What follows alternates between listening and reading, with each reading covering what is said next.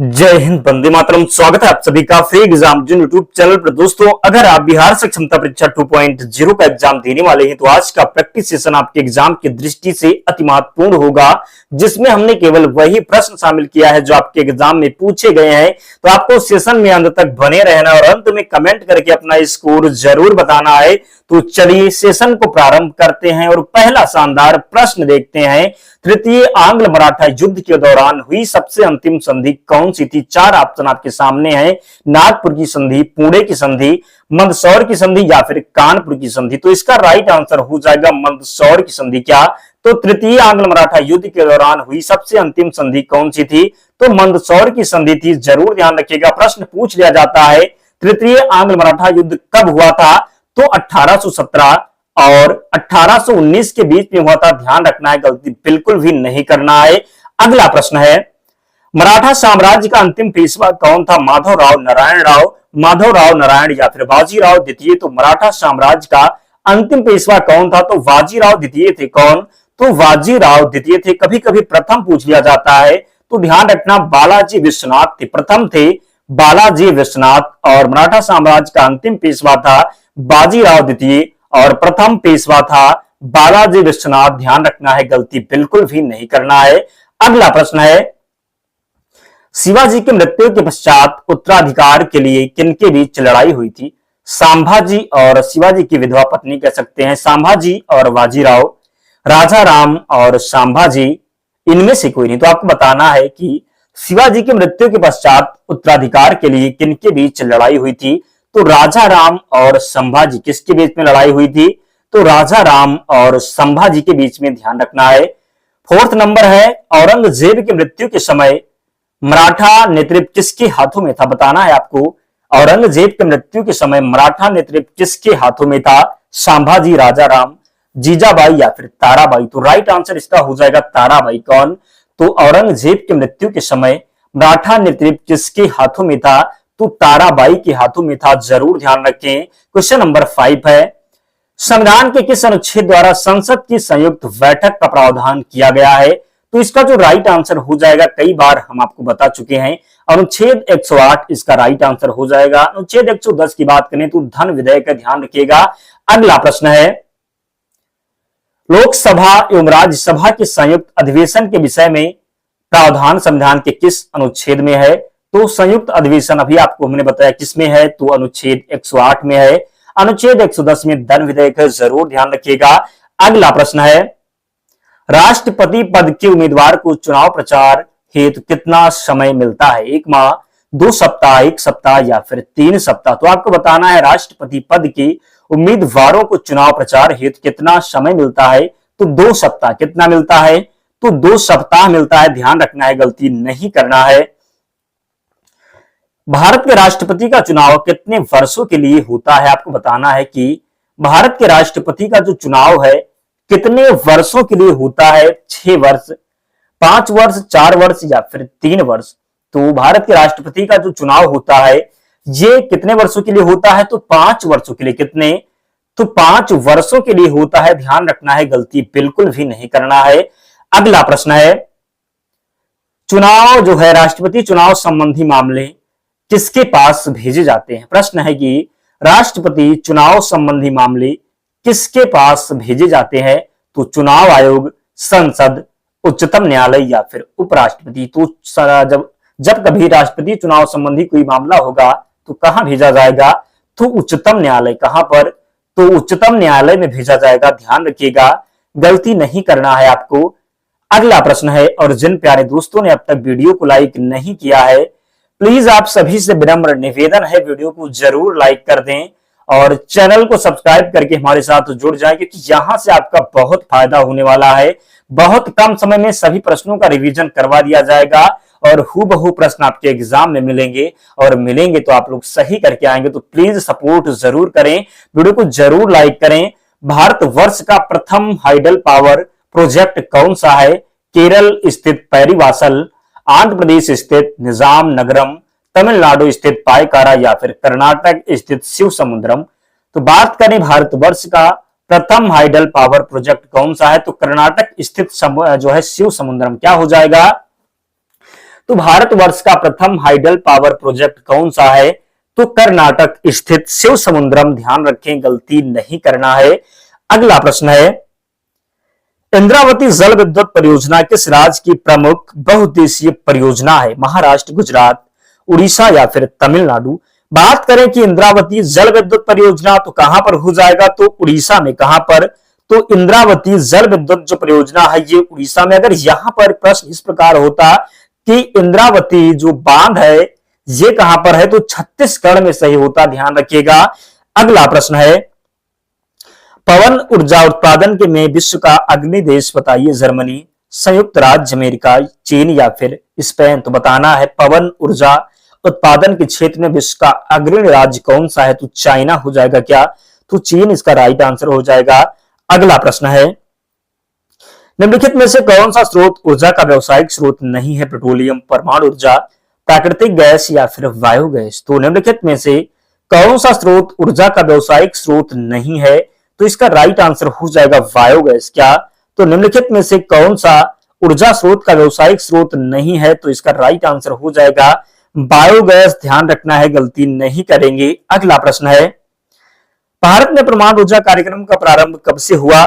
1947, 1948, 1949 या फिर 1950। तो बात करें भारत में परमाणु ऊर्जा कार्यक्रम का प्रारंभ कब से हुआ? तो 1948 से। कब से?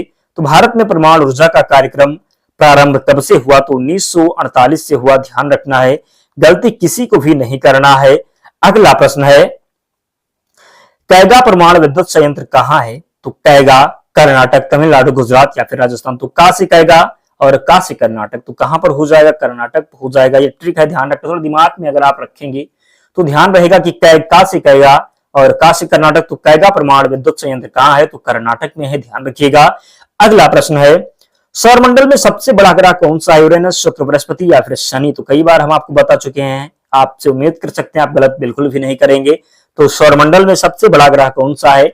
तो बृहस्पति है। कौन सा? तो बृहस्पति है सौरमंडल का सबसे बड़ा ग्रह। ध्यान रखना है। अगला प्रश्न है, संयुक्त राज्य अमेरिका ने किस ग्रह की खोज के लिए गैलीलियो नामक अंतरिक्ष यान भेजा था? मंगल, बृहस्पति, नेपच्यून या फिर शनि।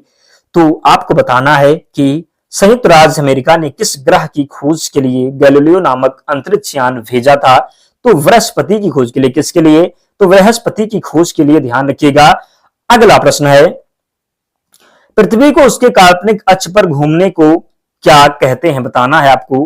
पृथ्वी को उसके काल्पनिक अक्ष पर घूमने को क्या कहते हैं? परिभ्रमण कहते हैं, कक्षा कहते हैं या फिर घूर्णन कहते हैं या फिर इनमें से कोई नहीं। तो पृथ्वी को उसके काल्पनिक अक्ष पर घूमने को क्या कहते हैं? तो घूर्णन कहते हैं। क्या? तो घूर्णन कहते हैं। ध्यान रखना है, गलती नहीं करना है। अगला प्रश्न है, जब दिन और रात की अवधि बराबर होती है तो सूर्य की किरणें कहां सीधी पड़ती है? उत्तरी ध्रुव पर, भूमध्य रेखा पर, दक्षिणी ध्रुव पर या फिर कर्क रेखा पर। तो जब दिन और रात की अवधि बराबर होती है, क्या होता है? तो जब दिन और रात की जो समय है, अवधि है, बराबर होती है तो सूर्य की किरणें कहां सीधी पड़ती हैं? तो भूमध्य रेखा पर। कहां पर? तो भूमध्य रेखा पर। कई बार ये प्रश्न पूछा गया है, तो ध्यान रखना ताकि आगे जब पूछा जाए तो आप बिल्कुल सही करके ही आए।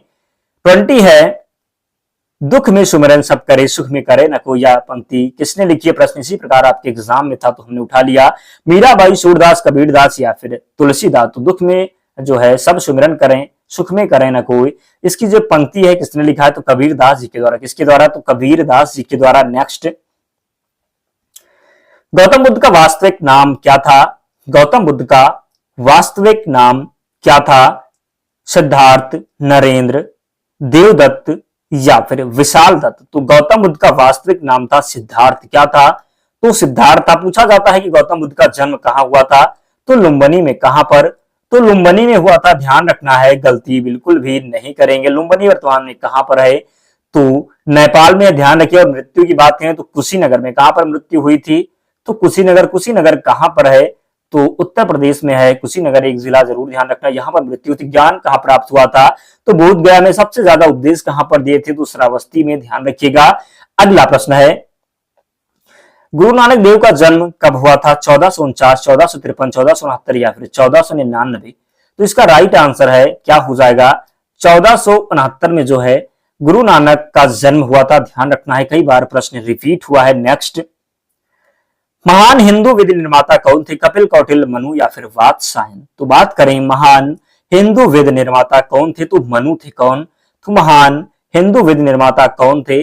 तो मनु थे। ध्यान रखना है, कभी कभी प्रश्न पूछा ही जाता है। नेक्स्ट क्वेश्चन नंबर 24 है, भगवान शिव की प्रतिष्ठा में कितने ज्योतिर्लिंग स्थापित हैं? 8, 12, 24 या फिर 18? तो कितने ज्योतिर्लिंग हैं? तो 12 है। कितने?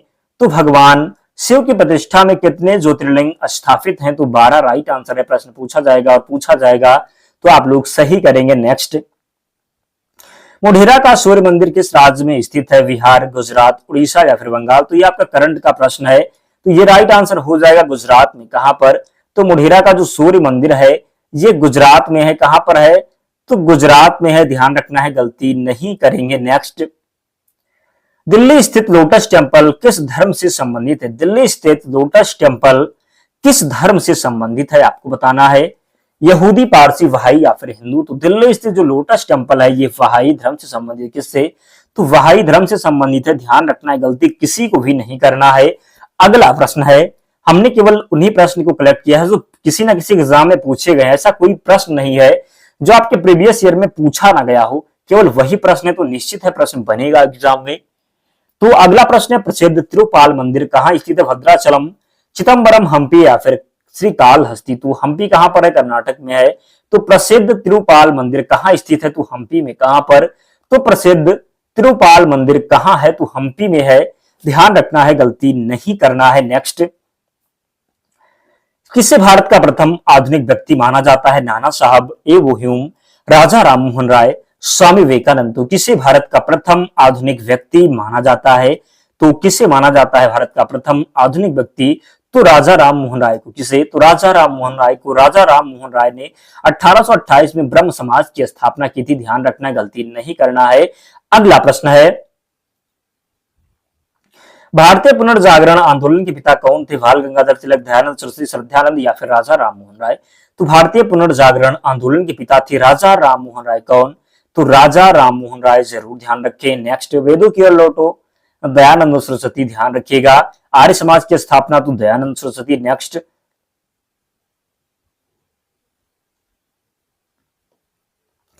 पश्चिमी भारत में सांस्कृतिक पुनर्जागरण का अग्रदूत किसे कहा जाता है? पश्चिमी भारत में सांस्कृतिक पुनर्जागरण का अग्रदूत किसे कहा जाता है? एमजी रानाडे, गोपाल कृष्ण गोखले, बाल गंगाधर तिलक या फिर महात्मा गांधी?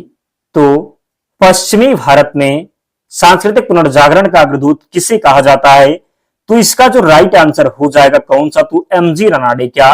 तो एमजी रानाडे इसका राइट आंसर है। पश्चिमी भारत में सांस्कृतिक पुनर्जागरण का अग्रदूत किसे कहा जाता है? तो एमजी रानाडे को। जरूर ध्यान रखें।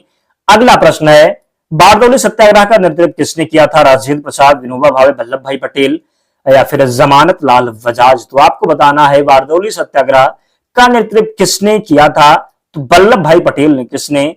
तो बारदौली सत्याग्रह का नेतृत्व किसने किया था? तो वल्लभ भाई पटेल ने किया था। क्वेश्चन नंबर 32 है, भारतीय संविधान को कितने भागों में विभाजित किया गया? 16, 24, 23 या फिर 22? तो भारतीय संविधान को कितने भागों में विभाजित किया गया है? तो 22 भाग, लेकिन संशोधन करके अब जो 25 भाग कर दिए गए हैं। तो जब ऑप्शन में 25 होगा तो 25 लगाने, 22 इसका राइट आंसर है। नेक्स्ट, कानून के समान संरक्षण वाक्य कहां से लिया गया है? अमेरिका, ब्रिटेन, कनाडा या फिर ऑस्ट्रेलिया? तो कानून के समान संरक्षण वाक्य कहां से लिया गया है? तो इसका जो राइट आंसर है अमेरिका से। कहां से? तो कानून के समान संरक्षण जो वाक्य ये अमेरिका से लिया गया है। नेक्स्ट, भारतीय संविधान में संघवाद किस देश से लिया गया है? अमेरिका, कनाडा, ब्रिटेन या फिर जापान? तो जब संघवाद की बात होगी तो ये कनाडा से। नीति निर्देशक तत्व आयरलैंड, अमेरिका से मौलिक अधिकार। तो यहां पर जो राइट आंसर है, भारतीय संविधान में संघवाद किस देश से लिया गया है? तो कनाडा से। कहां से? तो संघवाद जो लिया गया है ये कनाडा से। ध्यान रखिएगा। अंतिम प्रश्न है दोस्तों, तो जिसने भी वीडियो को लाइक नहीं किया प्लीज लाइक कर देना।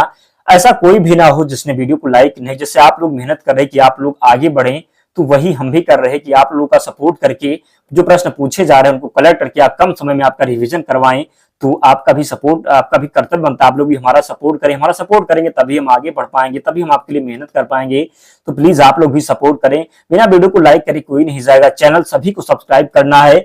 सर्वोच्च न्यायालय की व्यवस्था भारतीय संविधान में किस देश से ली गई है? जापान, अमेरिका, ब्रिटेन या फिर दक्षिण अफ्रीका। तो बताएं आपको सर्वोच्च न्यायालय की जो व्यवस्था है भारतीय संविधान में किस देश से ली गई है? तो अमेरिका से। कहां से? तो अमेरिका से ली गई है। ध्यान रखिएगा, गलती बिल्कुल भी नहीं करें। दक्षिण अफ्रीका की बात करें तो संविधान संशोधन की प्रक्रिया ब्रिटेन, एकल संक्रमणीय मत पद्धति। तो ध्यान रखना है। 35 प्रश्न है, आप लोग कमेंट करके बताएं कितना स्कोर आपको बना। कमेंट करके बताएं कितना स्कोर आपका बना। 35 प्रश्न में आप कम से कम जो है आपका 23 प्रश्न जरूर सही होना चाहिए। इससे अगर आपका कम है, पूरे प्रैक्टिस सेट को आपको करने की जरूरत है। पीडीएफ के लिए टेलीग्राम चैनल से जुड़ना, लिंक डिस्क्रिप्शन बॉक्स में, या आप टेलीग्राम पर सर्च करेंगे फ्री एग्जाम जोन, आपको चैनल मिल जाएगा, आप लोग ज्वाइन हो जाना, पीडीएफ मिल जाएगी। तो मिलते हैं नेक्स्ट वीडियो में, तब तक पढ़ते रहिए, ध्यान रखिए अपना, स्वस्थ और सुरक्षित रहिए। जय हिंद।